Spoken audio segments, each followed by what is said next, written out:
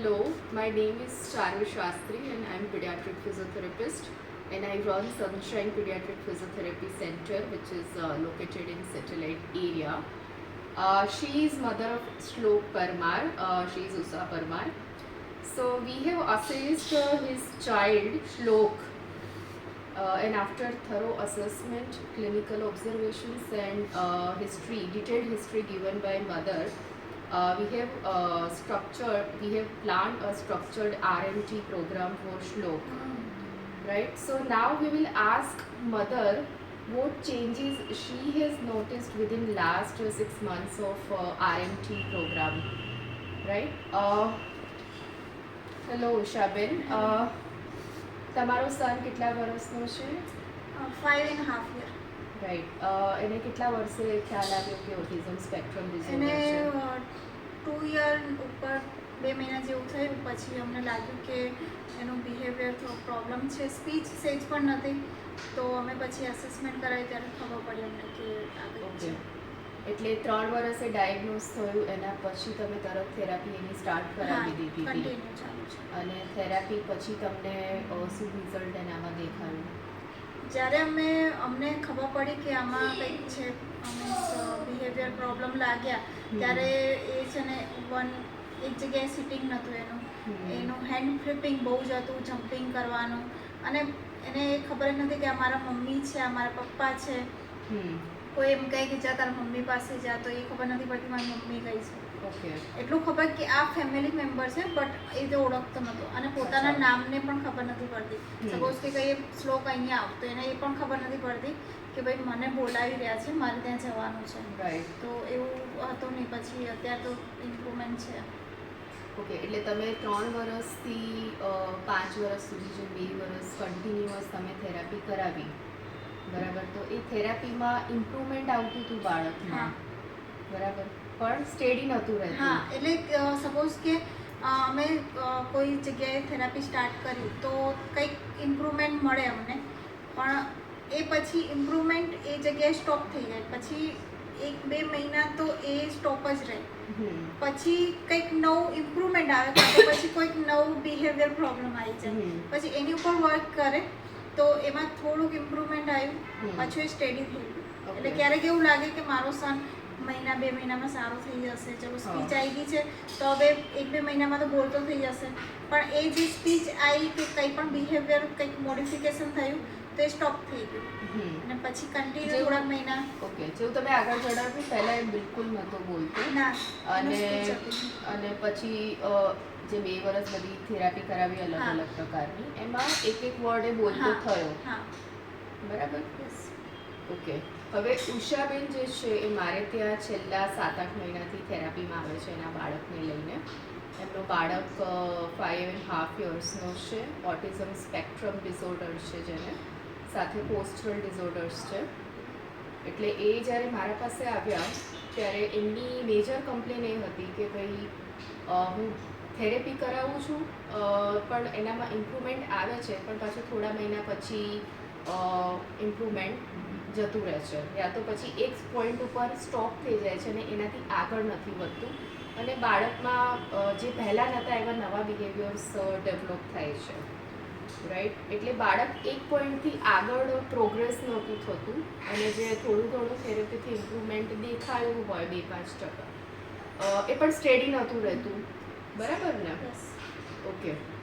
એટલે મારે ત્યાં જ્યારે બાળક આવ્યું ત્યારે એનું એક ડિટેલ્ડ અસેસમેન્ટ અમે કર્યું અને એના ઉપરથી બાળકનો એક પ્લાન નક્કી કરવામાં આવ્યો કે જેમાં એનું જે સેન્સરી પ્રોફાઇલ છે એને ધ્યાનમાં રાખીને એક પ્રોપર સેન્સરી ઇન્ટિગ્રેશન થેરાપીનો પ્લાન નક્કી કરવામાં આવ્યો. સાથે ફિઝિયોથેરાપીની પણ અમુક એક્સરસાઇઝ એડ કરવામાં આવી. એના ટાઈટ જે પ્લાન્ટર ફ્લેક્સર્સ છે એને સ્ટ્રેચ કરીને બીજા જે વીક મસલ્સ છે એની સ્ટ્રેન્થનિંગ બેસ્ડ એક્સરસાઇઝ એડ કરી, પ્લસ બ્રેઇન જીમ એક્સરસાઇઝીસ પણ એમાં એડ કરવામાં આવી. અને એ વખતે આરએમટી જે છે એ અમે એડ નહોતું કર્યું. પાછળથી આરએમટીના કોર્સીસ કર્યા બાદ as a part of my case study એ બાળકમાં અમે એક સ્ટ્રક્ચર્ડ RMTનો હોમ પ્રોગ્રામ શરૂ કર્યો, જેમાં બાળકનું એક કમ્પ્લીટ સ્કેલ બેઝડ RMTનું અસેસમેન્ટ કર્યું, પ્લસ એઝ અ થેરાપિસ્ટ મારું જે ક્લિનિકલ ઓબ્ઝર્વેશન બાળકનું જે 3 મહિનામાં હતું એ, અને પ્લસ મધરની જે મેજર કમ્પ્લેન્સ હતી એને ધ્યાનમાં રાખીને બાળકનો એક રિફ્લેક્સ ઇન્ટિગ્રેશન થેરાપીનો એક આખો પ્લાન અમે બનાવ્યો, જેમાં બાળકમાં અમે ઇનિશિયલી અમુક જ રિફ્લેક્સને ધ્યાનમાં રાખીને પ્લસ એમના જે બી મેજર ગોલ્સ હતા એને ધ્યાનમાં રાખીને અમુક મુમેન્ટ્સ એડ કરી, અને ધીમે ધીમે એમાં જેમ જેમ મધરને ઇમ્પ્રુવમેન્ટ દેખાવા માંડ્યું એમ એનું ફરીથી ફોલોઅપ અને રીઅસેસમેન્ટ થતા ગયા, અને એનું પ્લાનમાં નવી રિફ્લેક્સ એક્સરસાઇઝ અને મુમેન્ટ્સ એડ થતી ગઈ, અને I think it is almost 6 months, more than 6 months mother is continuously following the RMT home program. હવે એ મુમેન્ટ્સ એક્ઝેક્ટલી કઈ રીતે બાળકમાં કરાવવાની છે એની પ્રોપર પ્રેક્ટિકલ ટ્રેનિંગ મધરને આપવામાં આવી હતી, અને મધરને સમજાવવામાં આવ્યું હતું કે કયા સિક્વન્સમાં અને કઈ રીતે બાળકને મુમેન્ટ્સ કરાવવાની છે અને કેટલી વખત કરાવવાની છે. એ રીતનો એક આખો પ્લાન અને ટ્રેનિંગ બંને વસ્તુ મધરને આપવામાં આવી હતી, જે મધર બહુ જ ડેડિકેશન સાથે અને રેગ્યુલરલી વિધાઉટ ફેલ બાળકમાં કરાવતા હતા, જેનું ફોલોઅપ દર 2 મહિને લેવામાં આવતું હતું, અને એ રીતે વિધિન 6 months 3 વખત મેં મધરનું ફોલોઅપ લીધેલું છે. અને this is the feedback video કે જે 6 મહિનાનું જે અમે એક બાળક ઉપર RMTનો હોમ પ્રોગ્રામ જે આપવામાં આવ્યો હતો એનાથી બાળકમાં ચેન્જીસ શું આવ્યા એની હવે મધર વાત કરશે, કે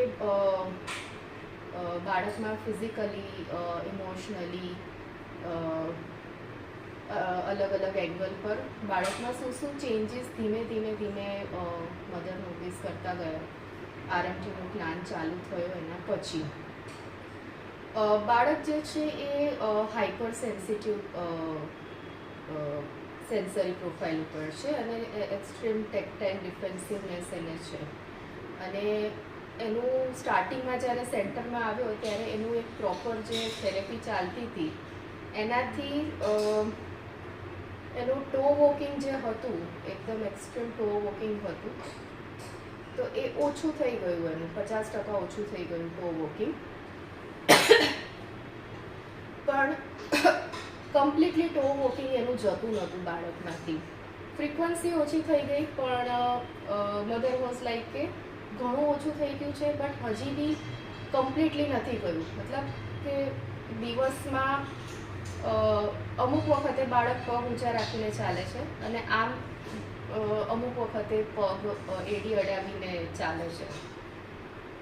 એ એક મેજર કમ્પ્લેન હતી. અને બીજું કે મધરની બીજી 2-3 મેજર એના ગોલ્સ હતા એમના, કે ભાઈ મને એક વેલ બિહેવ્ડ, વેલ મેનર્ડ બાળક જોઈએ with good mental health, right. હવે બાળક જ્યારથી એને ડાયગ્નોસિસ થયું પેરેન્ટ્સને ખ્યાલ આવ્યો ત્યારથી 2 વર્ષથી કન્ટિન્યુઅસ થેરેપી ચાલુ છે, બટ મધરની એક કમ્પ્લેન હતી કે થેરેપીમાં ક્યારેય કોઓપરેટ કરતો જ નથી.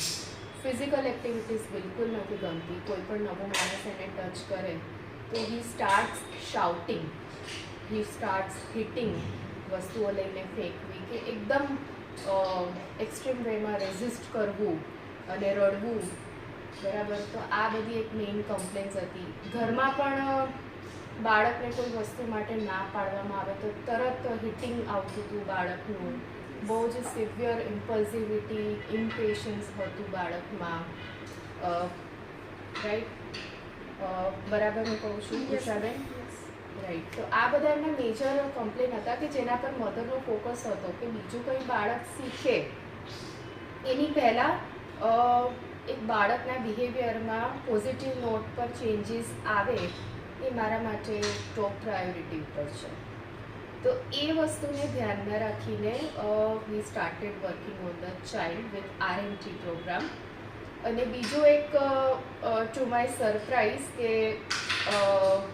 initially we focused only on behavior, but as the mother started noticing positive changes, right, we made some changes in our regular therapy program, right, અને એમાં બી વધારે ઇમ્પ્રુવમેન્ટ દેખાવા માંડ્યું. તો હવે આપણે મધરને પૂછીશું કે બાળકના ઓવરઓલ બિહેવિયરમાં કે ફિઝિકલ ડેવલપમેન્ટમાં કે સ્પીચ લેંગ્વેજ કોમ્યુનિકેશનમાં કે લર્નિંગમાં કે એની બાળકની જે કોગ્નિશન છે હાયર લેવલ લર્નિંગ એ બધામાં એમને શું ચેન્જીસ દેખાયો. અને બીજું એક ઇમ્પોર્ટન્ટ વસ્તુ એ છે કે 6 મહિના દરમિયાન જે મધરે ફોલો કર્યો આરએમજી પ્રોગ્રામ એનામાં એક પણ વખત ઇમોશનલ કે ફિઝિકલ ટેમ્પરરી સાઇડ ઇફેક્ટ્સ જોવામાં નથી મળ્યા.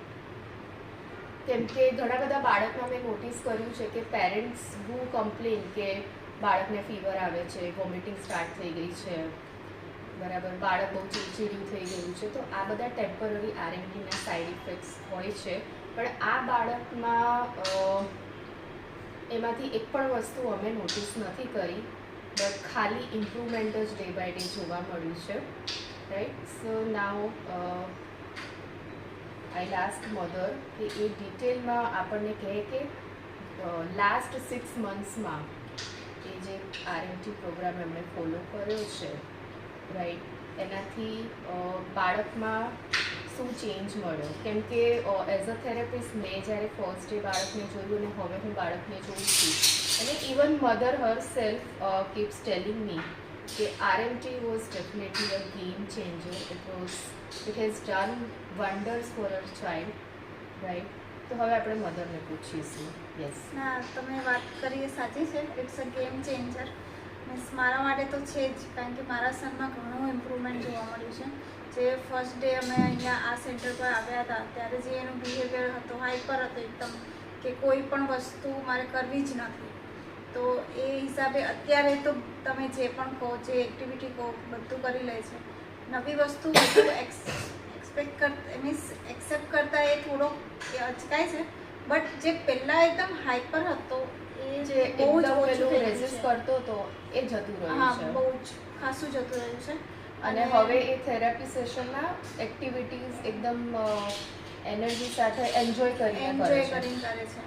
આટલા 3 વર્ષથી હું છે ને થેરાપી કરાવું છું, તો બધા સેન્ટરમાં એવું થાય છે કે એ સેન્ટરમાં પગ મૂકતા જ રડવાનું ચાલુ કરી નાખે. કોઈ બી થેરાપિસ્ટને છે ને એને બસ નથી જ કરવું. પણ અહીંયા કેવું કે અહીંયા સ્ટાર્ટિંગમાં અમે ચાલુ કર્યું ત્યારે એવું હતું, બટ અત્યારે તો એ એન્જોય કરીને બધી એક્ટિવિટી કરે છે. પ્લસ આરએમટીની વાત કરીએ તો આરએમટી વિશે મને તો કશો ખ્યાલ નહોતો. મેં તમને બધું ડિટેલમાં સમજાવ્યું કે શું છે આરએમટી, શાના માટે છે, અને શું રિફ્લેક્સ ઇન્ટિગ્રેશન છે, આ કરવાથી શું ફાયદા થાય છે, એના સાઇડ ઇફેક્ટ શું છે, બધું મને ડિટેલમાં સમજાવ્યું. એમને બધા આરએમટીની જે પણ એક્સરસાઇઝ છે એ પોતે મારા સન ઉપર કરીને મને બતાવી અને એક પ્રોપર પ્લાન આપ્યો કે આ એક્ટિવિટી તમારે આટલા ટાઈમ તો કરાવવી જ પડશે. તો એ પ્રમાણે હું મારા સનને ઘરે કરાવું છું. તો ઇમ્પ્રુવમેન્ટ જોવા જઈએ તો ઘણું બધું છે. એક તો એની સમજણ શક્તિ થોડીને વધારે ઇમ્પ્રૂવ થઈ છે કે ભાઈ મીન્સ પહેલાં કઈ વસ્તુ ઓપોઝ નહોતો કરતો કે એને લાઈક ડિસલાઈક ખબર નથી પડતી. હવે બધી ખબર પડે છે કે આ વસ્તુ મને ગમે છે, આ વસ્તુ નથી ગમતી, અહીંયા જવું છે, અહીંયા નથી જવું. પછી અમને ઓળખતો થઈ ગયો છે, મમ્મી પાસે જ રહેવાનું છે, પપ્પા પાસે જ રહેવાનું છે, બીજા કોઈ પાસે જવાનું નથી. એ બધી સમજણ આવી ગઈ છે. એનું જે ટો વોકિંગ હતું એ કહું નહીં તમને 90% જેવું તો જતું જ રહ્યું છે. ભાગ્યે એકદમ ધૂનમાં હોય ત્યારે ટો વોકિંગ કરે છે, એ સિવાય તો નથી જ કરતો. એટલે ઓલમોસ્ટ વી કેન સે 95% જેવું જતું રહ્યું છે. રેરલી તમને ઓકેઝનલી ક્યારેક પેલું 4-5% બાળક પેલું એક્સાઇટેડ હોય તો ટો વોક કરી નાખે. એ કરે છે, બસ એટલું જ. એ સિવાય ટો વોકિંગ બંધ થઈ ગયું છે. એનું સિટિંગ ટોલરન્સ વધ્યું છે. એક જગ્યાએ સિટ કરીને ઘણી વખત બેસી શકે છે. પહેલાં એવું નહોતું કે એક રૂમમાંથી બીજા રૂમમાં બસ ભાગાદોડી કર્યા કરતો. અત્યારે શાંતિથી બેસીને કોઈ એક્ટિવિટી પણ કરી લે છે. એનું રાઇટિંગ ઇમ્પ્રૂવ થયું છે. પેલા બાઉન્ડ્રીમાં કલર કરવાનો એ બધું ખબર નથી પડતી. હવે વિધિન બાઉન્ડ્રી કલર કરે છે, રાઇટિંગ પણ કરે છે. અને બીજું મેઇન કે એની સ્પીચ સારી એવી ઇમ્પ્રૂવ ખુલે થઈ છે જે આપણે હા. we can see. Yes. ઘણા બધા શબ્દો એ બોલી નતો શકતો અત્યારે, જેમ કે પ પેલા નતો આવતો, પ આવી Point ગયો to છે. be noted here કે બાળકની હજી સ્પીચ રિલેટેડ કોઈ જ થેરાપી સ્ટાર્ટ નથી કરવામાં આવી. એનું જે બેઝિક એનું જે રેગ્યુલર થેરેપી પ્લાન ચાલે છે, which includes sensory motor activities, brain gym activities plus physical therapy, એનો એક આખો એક જે પ્લાન ચાલે છે, બરાબર, એ અને plus after she started with RMT મધરે નોટિસ કર્યું છે કે બાળકની સ્પીચ બહુ જ ડ્રાસ્ટિકલી ચેન્જ થઈ છે. અમુક વર્ડ્સ એ એકદમ ક્લિયર બોલે છે, પ્લસ એક વર્ડમાંથી બાળક 2 વર્ડ અને હવે 3 વર્ડમાં પણ કોમ્યુનિકેટ કરતો થયો છે કે મમ્મી મને પાણી આપો, મમ્મી મને ખાવાનું જોઈએ છે, બરાબર. મને ક્લિનિકમાં આવીને when he sees me, right, the child is like ma'am good morning, right. તો આવું એ સેન્ટેન્સમાં બાળક બોલવા માંડ્યું છે અને કોમ્યુનિકેટ પોતાની જે બી નીડ્સ છે એ કોમ્યુનિકેટ કરવા માંડ્યું છે. હજી બાળકમાં સ્પીચ રિલેટેડ ઓપીટી કે બીજી કોઈ સ્પીચ થેરાપી હજી બાળકમાં અમે સ્ટાર્ટ નથી કરી. આજે સ્પીચ અને લેંગ્વેજમાં જે ઇમ્પ્રુવમેન્ટ છે, right, it is just only with sensory અને આરએમટી પ્લાન, રાઈટ. ઓકે. એના સિવાય બીજું કંઈ તમે? એ સ્પીચનું તો છે ઇમ્પ્રુવમેન્ટ. પછી જે તમને કીધું ફિઝિકલ એક્ટિવિટીમાં પણ અત્યારે ઇમ્પ્રુવમેન્ટ છે. બધું સમજણ શક્તિ સારી એવી વધે છે એની. અને બીજું એક, બાળક પહેલાં ક્લાઇમ્બિંગ બિલકુલ નહોતું કરતો, કેમ કે બાળકના પગના જે કાફ મસલ્સ છે બહુ જ ટાઈટ હતા. એનો એકદમ ની જે છે હાઇપર એક્સટેન્શનમાં હતો, એના એબ્સ ઘણા વીક છે. તો એની ફિઝિકલ થેરેપીની મદદથી અમે ઘણું કામ કર્યું, પ્લસ એનો સેન્સરી પર બી વર્ક ચાલુ હતો. બટ એક વસ્તુ હતી કે બાળક કોન્ફિડન્ટલી ચડતું નહોતું. એનામાં ક્યાંક ને ક્યાંક અંદર એક ફિયર હતો, ચડવામાં એને ડર લાગતો હતો. એટલે ગમે તેટલું અમે એ વસ્તુ ઉપર કામ કર્યું, બરાબર, એના પાસે ઇનફ સ્ટ્રેન્થ પણ બિલ્ડ થઈ, બરાબર, પણ બાળક ઓલવેઝ એક સપોર્ટ લઈને જ ચડવા ઈચ્છે, એ ડરે ચડવા માટે. તો એનો જે ડર છે એ નીકળી ગયો આફ્ટર સ્ટાર્ટિંગ આરએમટી પ્રોગ્રામ. એનો જે ક્લાઇમ્બિંગ ડિસેન્ડિંગમાં એક જે ડર હતો મનમાં, એ ઓછો થઈ ગયો, નીકળી ગયો બાળકમાંથી. અને પ્લસ ટ્રેમ્પોલિન પર બી બાળક પહેલાં જમ્પ નહોતું કરતું બિલકુલ, બરાબર. એ ઓફ ધ ગ્રાઉન્ડ એના ફીટ જતા જ નહોતા. We worked on all parameters, but the child was not jumping on trampoline. તો એ પણ હવે એકદમ without any fear child jump કરે છે. એ ટ્રેમ્પોલિન પર બી જમ્પ કરે છે, કોઈ પાટલી કે ટેબલ પર ઊભો હોય તેમાંથી બી નીચે જમ્પ કરી લે છે. તો આ બધી વસ્તુમાં બાળકમાં પહેલાં ડર હતો, તો એ ફિયર ફેક્ટર હવે જતું રહ્યું છે ચાઇલ્ડમાંથી, રાઈટ. અને ઘરમાં બી જેમ કે મધર કહે છે કે કમાન્ડ પહેલાં બિલકુલ એટલા ફોલો નહોતો કરતો. હવે બાળક જે છે કમ્પેરેટિવલી ઘણું ઓબેડિયન્ટ થયું છે. મધર જે કહે છે એ પ્રમાણે કમાન્ડ ફોલો કરે છે, પ્લસ એનામાં જે એકદમ ઇમ્પલ્સિવિટી હતી એ જતી રહી છે. ઇમ્પેશન્સ ઓછું થઈ ગયું છે બાળકમાં.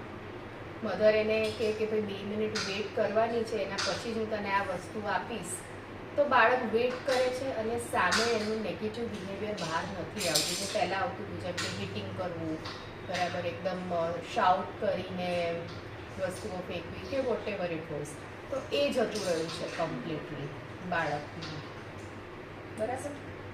Okay, thank you so much ઉષાબેન.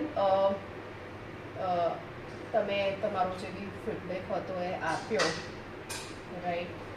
અને it is very important for any parents કે થેરેપિસ્ટ ગમે તેટલો સારો હોય પણ એમાં પેરેન્ટને જ્યાં સુધી એક ડેડિકેશન અને રેગ્યુલરિટી ના આવે we can never expect outcomes. So it is always a two-way process, right? તો ઓબ્વિયસલી બાળકમાં જે આજે આટલું ડ્રાસ્ટિક ચેન્જ છે, એક આખું અલગ પિક્ચર મારી સામે એક બાળકનું છે, રાઈટ? જે 7-8 મહિના પહેલાં જ્યારે સેન્ટરમાં આવ્યો ત્યારે he was completely a different person, અને હવે એક એકદમ હેપી, એનર્જેટિક અને ચાઇલ્ડ છે, રાઈટ? તો એમાં ઓબ્વિયસલી જેટલું થેરેપિસ્ટનો રોલ છે એટલું મધરનો બી રોલ છે, કે મધરે બહુ જ ડેડિકેશન સાથે અને રેગ્યુલરિટી સાથે જે પણ સેન્ટરમાંથી કહેવામાં આવ્યું એ પ્રમાણે શી હેઝ ફોલો, રાઈટ? અને she has always been very cooperative, right? Okay, ચલો, thank you so much. Yes.